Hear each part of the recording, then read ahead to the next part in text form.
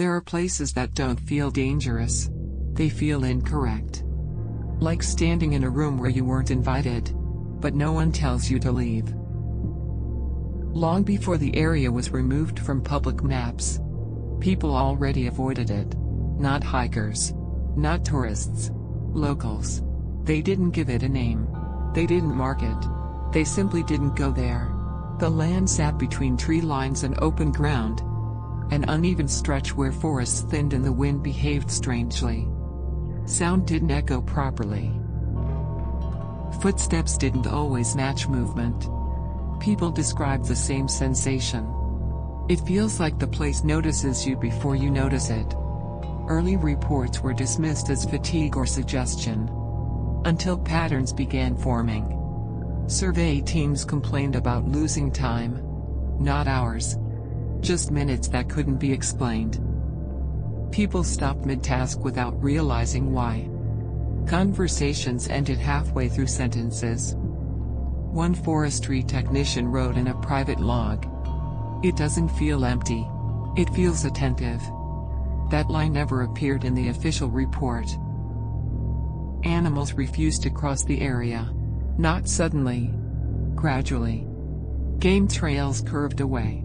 Birds stopped landing. Even insects seemed quieter. Locals followed rules they never explained. Never stand still too long. Never walk the same path twice. Never acknowledge shapes that don't fully form. When asked why, the answer was always the same. You don't want it to learn how you move. The first confirmed incident involved a trainee who stopped to rest. 10 minutes. When the team returned, he was standing exactly where he'd stopped. Eyes open. Breathing steady. He later said, "I wasn't frozen. I was waiting for it to finish." He never clarified what it was. He quit within a week. Authorities quietly restricted the area. Not because people disappeared, but because people stayed. Despite restrictions, a small research group was authorized to conduct overnight monitoring. They weren't hunting legends.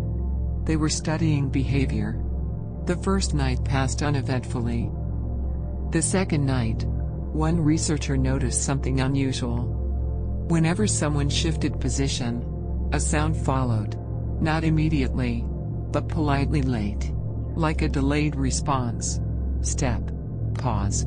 Step. They tested it. One person moved their arm. Seconds later, the grass behind them moved the same way. There was no wind. They stopped testing. By the third night, the team began unconsciously adjusting how they stood. Keeping their backs near trees. Avoiding open ground. No one suggested it. They just did it. One researcher later admitted. Standing where it could see us felt rude. Audio recordings captured long periods of silence, interrupted by faint, irregular movement sounds that didn't match any known animal pattern. At 3:12 a.m., one team member asked, "Is anyone else feeling observed?" No one answered. Not because they didn't hear him, but because answering felt like acknowledgement. The next morning, one member refused to leave. Not panicked. Not confused. Calm.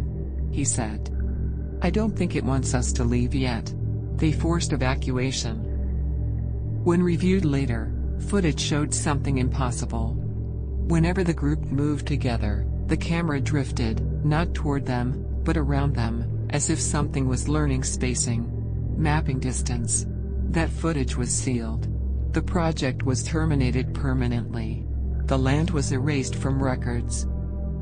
Years later, survivors exhibited the same behaviors. They avoided open spaces. They positioned furniture oddly. They disliked being watched, even casually.